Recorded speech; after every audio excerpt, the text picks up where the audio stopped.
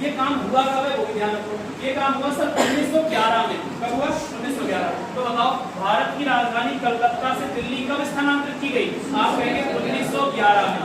यानी 1911 में भारत की राजधानी किसको स्थानांतरित कर दिया गया? दिल्ली को। पहले कौन थी? कलकत्ता, अब आ गई दिल्ली। दूसरी बात, अगली बात आपको याद रखनी है, दिल्ली भारत की राजधानी कब बनी? 1912। ये बात याद रखनी है, नहीं तो कभी कभी हम आंसर में भी 1911 लगा देंगे, गलत हो जाएगा।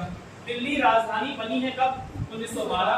घोषित हुई है कब? 1911। तो घोषणा होने और बनने में थोड़ा समय लगता है। ठीक, जैसे सुभाष चंद्र बोस की मूर्ति इंडिया गेट के सामने लगाई जाएगी, घोषणा तो हो गई 23 जनवरी को, क्या लग पाई अब तक? नहीं, अगली साल तक लग पाएगी। अगली जनवरी आएगी तो सन बदल जाएगी। ठीक, घोषणा तो अभी हो गई 2022 में, लगेगी कब? 2023 में। ऐसे ही इसमें भी ध्यान रखना है, दिल्ली को राजधानी बनाने की घोषणा 1911 और राजधानी कब बनी? 1912। ठीक, 1912। अब क्या है, दूसरा देखो 1911 में दिल्ली दरबार लगा था।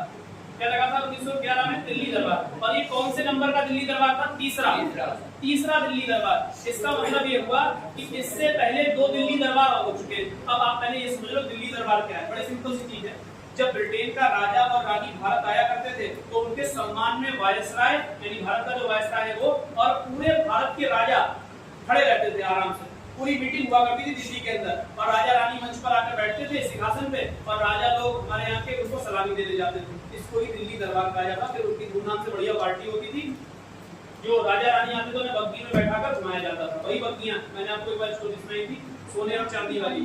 ठीक, नहीं सुनाई तो कोई बात नहीं, कभी सुनाऊंगा, मौका मिलेगा। तीसरा दिल्ली दरबार कब हुआ? फिर 1911 में।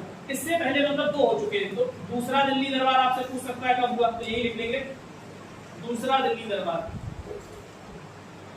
दूसरा दिल्ली दरबार कब हुआ? 1903। और इसके अलावा पहला दिल्ली दरबार कब हुआ? 1877। 1877। ये तीनों बातें याद रखनी। और ये कब हुआ? 1911। अब देखो, तीसरे दिल्ली दरबार 1911 के समय वायसराय कौन? हार्डिंग। अगली बात सुनो, दूसरा दिल्ली दरबार 1903 के समय वायसराय कौन? Lord Curzon. कौन है? Curzon, Lord Curzon. यहाँ लिखा हुआ अभी, ये देखो कर्जन, यही वाला। ये दूसरे दिल्ली दरबार के समय था वायसराय। और पहले दिल्ली दरबार के समय वायसराय कौन? लॉर्ड लिटन। कौन था? लॉर्ड लिटन।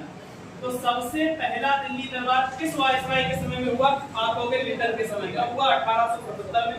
दूसरा दिल्ली दरबार कर्जन के समय हुआ 1903 में। और तीसरा दिल्ली दरबार किसके समय हुआ? लॉर्ड हार्डिंग सेकंड के समय 1911 में। ठीक, और इसके इसी दिल्ली दरबार के कारण जब ये दिल्ली में रहने लगा तो दिल्ली में ही इसके ऊपर बम फेंका गया। तो ये खूब फेमस सवाल है कि दिल्ली षड्यंत्र का संबंध निम्नलिखित में से किससे है? कौन सा, किस नाम से फेमस है ये घटना? दिल्ली षड्यंत्र। यही लिख लो इसको, दिल्ली षड्यंत्र केस। दिल्ली षड्यंत्र केस। पहले तो आपसे पूछेगा दिल्ली षड्यंत्र केस की सन बताइए क्या है। आप क्या कहोगे? 1912। 1912। और 1912 में ही कौन सी तारीख को? 12 दिसंबर को बम फेंका गया किसके ऊपर? लॉर्ड हार्डिंग सेकंड के ऊपर। हाथी पे बैठ के जा रहा था, इसके ऊपर बम फेंक दिया कोई, अभी हाथी से गिर गया, घायल हो गया, मरा नहीं। ठीक, बच गया लेकिन। ठीक, तो इसको किस केस के नाम से जाना जाता है? दिल्ली षड्यंत्र केस।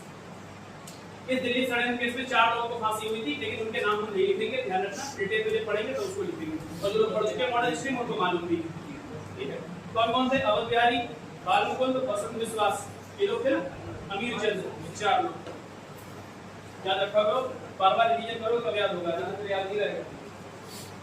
मेरे दिमाग में तो चीजें घुस चुकी है तो वो जाती नहीं है, सुनना भी चाहूँ नहीं बोलूंगा। ऐसे तुम लोग भी कभी बार-बार याद करो, जब भी खाती हो याद करो, याद हो जाएगी। कितना लिख लिया? इसको मिटा दो, उसको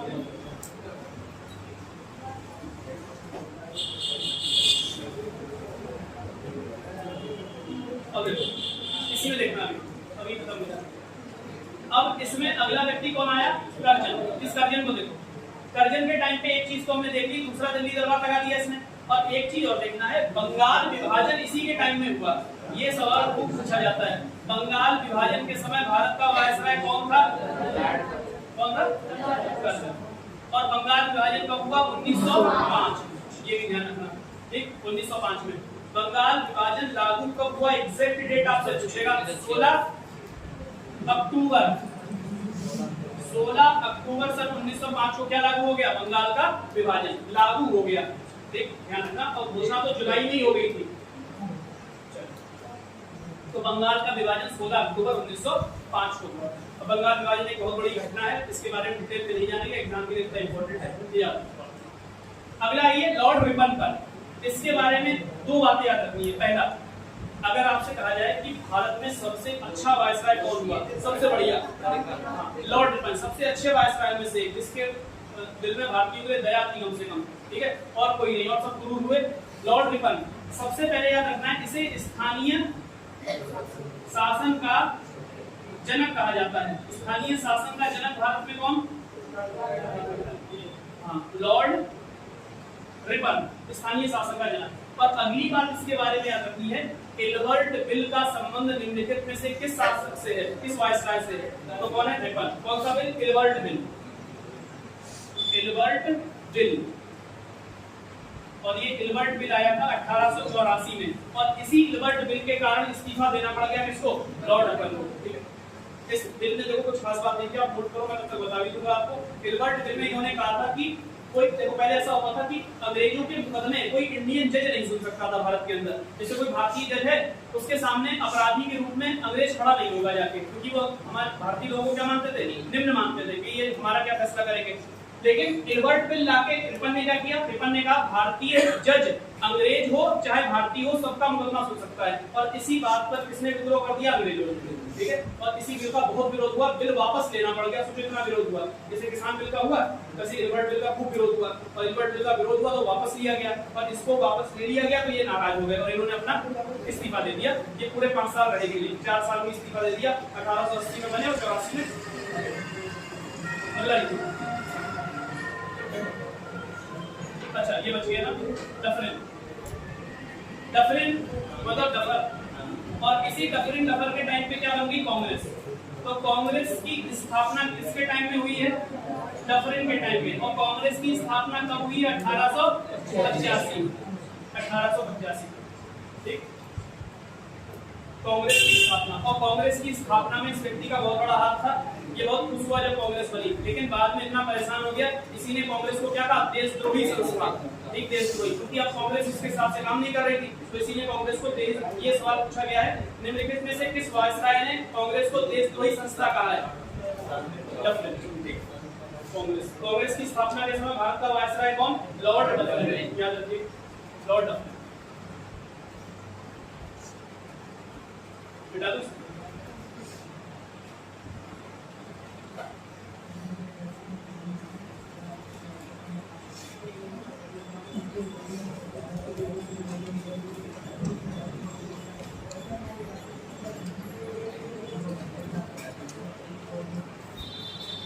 अगला क्वेश्चन देखिए, निम्नलिखित में से कौन सा एक समाचार पत्र राजा राम मोहन रॉय के द्वारा स्थापित और संपादित है। बड़ा सिंपल सवाल है, ये तो मेरा बता ही दोगे जो पढ़ चुके हैं। देखो कौन सा अखबार राजा राम मोहन रॉय,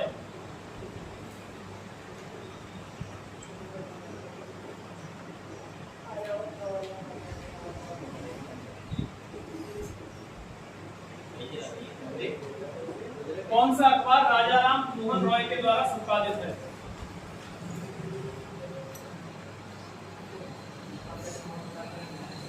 तो ऑप्शन देखो क्या है।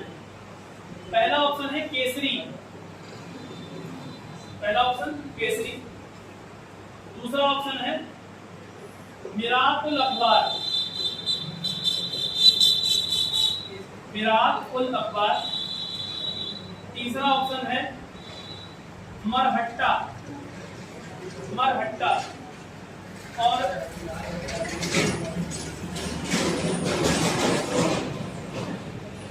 चौथा ऑप्शन है हरिजन।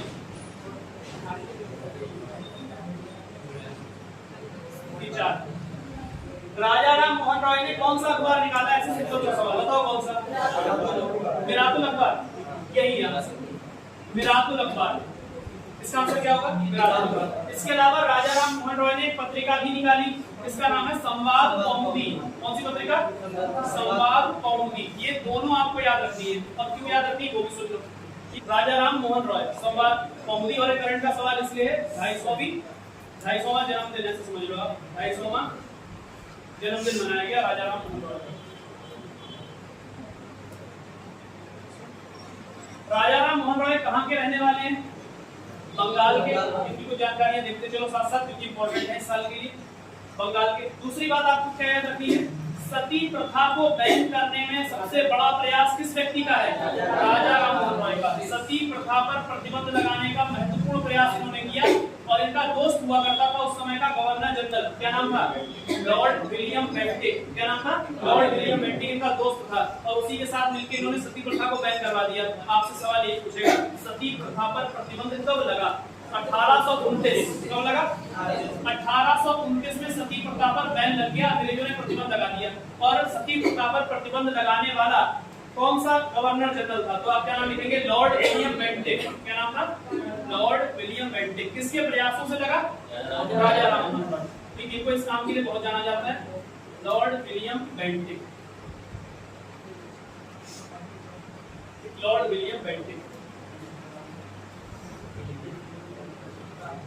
और ये भारत का पहला गवर्नर जनरल था, ध्यान रखना, गवर्नर जनरल, वायसराय नहीं, क्योंकि ये क्रम बदलेगा धीरे धीरे। और ये बंगाल का अंतिम गवर्नर जनरल था, और 1833 के अधिनियम के हिसाब से 1833 का जो चार्टर आया, उसे इससे बंगाल के गवर्नर जनरल से क्या बना दिया गया? भारत का गवर्नर जनरल, यानी पद का नाम बदल गया। तो आपसे अगर पूछा जाए निम्नलिखित में से कौन से चार्टर से या कौन से अधिकार पत्र से, कौन से चार्टर से बंगाल के गवर्नर जनरल का नाम बदलकर भारत का गवर्नर जनरल कर दिया गया? 1833 के चार्टर से। ठीक, तो यहाँ पे मैं लिख दे रहा हूँ 1833 का चार्टर। पहले चार्टर आया करते थे, बाद में एक्ट आना शुरू हुए। 1833 का चार्टर किसलिए फेमस है? इसने बंगाल के गवर्नर जनरल का पदनाम बदल के क्या कर दिया? भारत का गवर्नर जनरल।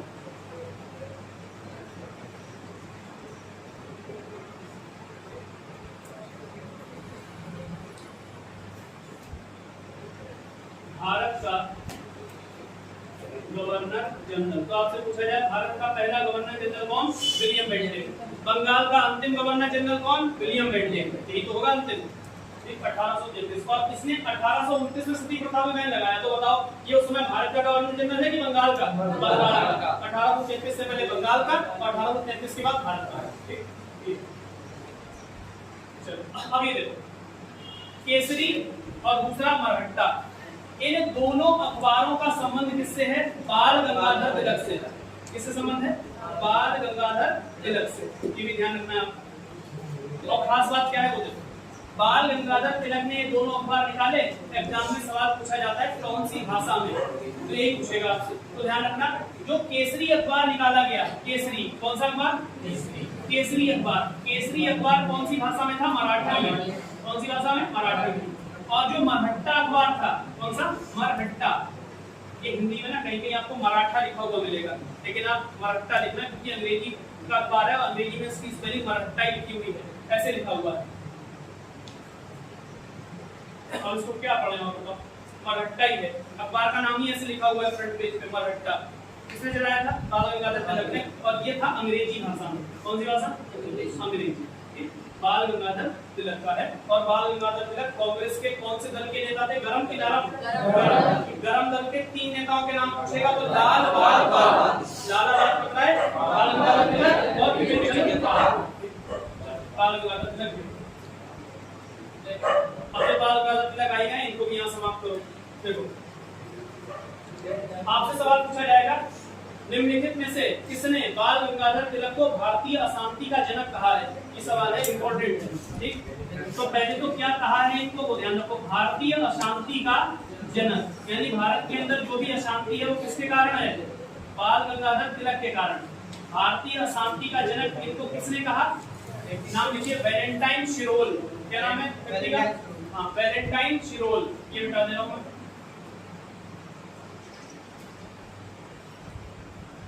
इनको भारतीय शांति का जनक कहने वाला व्यक्ति है वैलेंटाइन शिरोल। ऐसा नहीं कि इसने अपने मुंह से कहा ऐसा कुछ, इसने अपनी पुस्तक में लिखा है इस बात को। ठीक, पुस्तक का नाम है, इसकी पुस्तक का नाम लिखिए इंडियन अनरेस्ट। Indian unrest. और अनरेस्ट माने ही होता है अशांति, भारतीय अशांति। अगर इसका ट्रांसलेशन करोगे हिंदी में, भारतीय अशांति। और भारतीय अशांति का जनक किसको बोला है इसने? बाल गंगाधर तिलक को। एक और संस्था को भी बोला है, आर्य समाज। दो लोगों को बोला है। तो सवाल जब आएगा ना तो ऑप्शन में एक ही होगा कोई। संस्था के नाम पर किसको बोला है? आर्य समाज, क्योंकि आर्य समाज भारत के अंदर अशांति फैला रहा है। एक और दूसरा किसको बोला है? व्यक्ति के नाम पर बाल गंगाधर तिलक, ये याद रखना है। अब देखो किसका नाम आ गया अचानक से? आर्य समाज का, तो इसको भी निपटा दो। जो नाम आते चले जाए एक एक लाइन में खत्म करो। आर्य समाज, सबसे पहले तो आपसे सवाल ये, आर्य समाज की स्थापना कब हुई? 1875 में, पहली बात। दूसरी बात, आर्य समाज की स्थापना करने वाले व्यक्ति का क्या नाम था? स्वामी दयानंद सरस्वती। स्वामी दयानंद सरस्वती, स्वामी दयानंद सरस्वती। और एक बात और ध्यान रखनी, अंतिम बस, ज्यादा डिटेल में नहीं पढ़ेंगे इसको अभी। स्वामी दयानंद सरस्वती का एक नारा याद रखना है। जैसे नारा क्या दिया था? वेदों की ओर लौटो, वेदों की ओर लौटो, ये इनका नारा था। यही स्टेटमेंट बार बार देते थे। इनका विश्वास केवल किसमें था? वेदों में। इसीलिए ये मूर्ति पूजा में एक ही नहीं करते थे, क्योंकि वेदों में कहीं भी मूर्ति पूजा का उल्लेख नहीं है। ठीक। अगली बात एक और याद रखो इनकी, इन्होंने एक पुस्तक लिखी सत्यार्थ प्रकाश। कौन सा प्रकाश? सत्यार्थ प्रकाश, पुस्तक है सत्यार्थ प्रकाश।